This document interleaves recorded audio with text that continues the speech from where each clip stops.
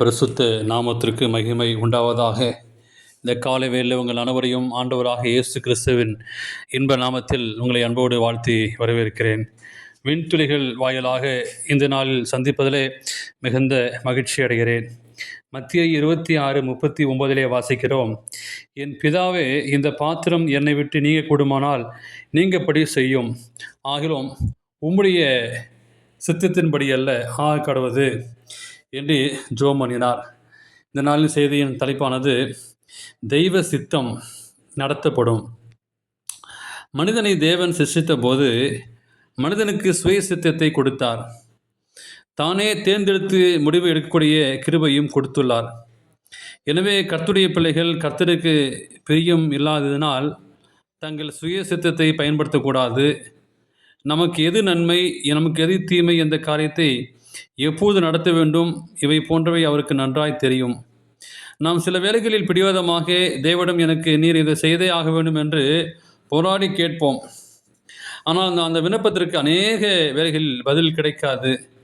ஒருவேளை பிடிவாதமாக நாம் கேட்டு அது கிடைத்தாலும் அது நம் வாழ்க்கையில் வெற்றியை கொண்டு வராது.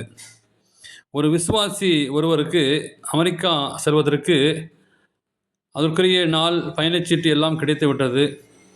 ஆனால் அமெரிக்கா செல்வதற்கு 2 நாட்களுக்கு முன் மருத்துவரிடம் உடல்நிலை சோதித்த பொழுது, இப்பொழுது பயணம் போகக்கூடாது, உங்கள் நெஞ்சு சளி கட்டியாக இருக்கிறது, பூர்ணமாக குணப்படுத்திய பின்பு பயணத்தை தொடங்குங்கள் என்று கூறிவிட்டார்.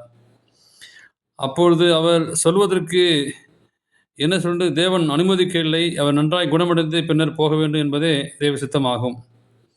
நம் வாழ்க்கையில் எதிர்பாராத சம்பவங்கள், நாம் விரும்பாத காரியங்கள் நடக்கலாம். அவையெல்லாம் நன்மைக்கே என்று நாம் தேவனிடம் அந்த சிஸ்டத்தின்படி நடக்க செவி சாய்ப்போமானால் நம் தேவன் நம்மை நிச்சயமாக ஆச்சரியமும் அற்புதமாக வழிநடத்துவார். நமக்கு கடந்த காலமும் நிகழ்காலமும் தெரியும், எதிர்காலத்தை பற்றி நாம் ஒன்றும் அறியோம். ஆனால் தேவனோ முற்காலத்தையும் அறிந்தவர். அதனால் எதை செய்தாலும் தேவனுடைய சித்தத்திற்கு ஒப்பு கொடுத்து செய்யுங்கள். எங்கள் நினைவுகள் உங்கள் நினைவுகள் அல்ல, உங்கள் வாழ்க்கையில் என் வழிகளும் அல்ல. கர்த்தர் சொல்கிறார், தேவன் தம்முடைய பிள்ளைகளுக்கு எப்பொழுதும் நல்ல ஈவுகளையே கொடுக்க அறிந்திருக்கிறார். எல்லாவற்றையும் அந்த காலத்தில் நேர்த்தியாக செய்கிறார். நாம் நம்முடைய சித்தத்திற்கு ஒப்பு கொடுத்து ஜபிக்கும் போது அவர் எத்தனை ஆச்சரியமாய் நாம் நினைப்பதற்கும் வேண்டிக் கொள்வதற்கும் மேலாக நடத்துகிறார் என்பதை அறியலாம். தேவனுக்கு பிரியமான பிள்ளைகளே, ஒரு பாடல் இருக்கிறது, உம் சித்தப்படி என்னை நடத்திடும் என்று சொல்லி ஒரு பாடல் இருக்கிறது. அப்படியாக ஆண்டுடைய கருத்திலே ஒப்பு கொடுப்போம். ஆண்டவர் நம்மளை வழிநடத்துவார், செம்மையாய் வழிநடத்துவார், அற்புதமாக நடத்துவார். எனவே தேவன் தாமே உங்களை ஆசீர்வதிப்பாராக. ஆமென்.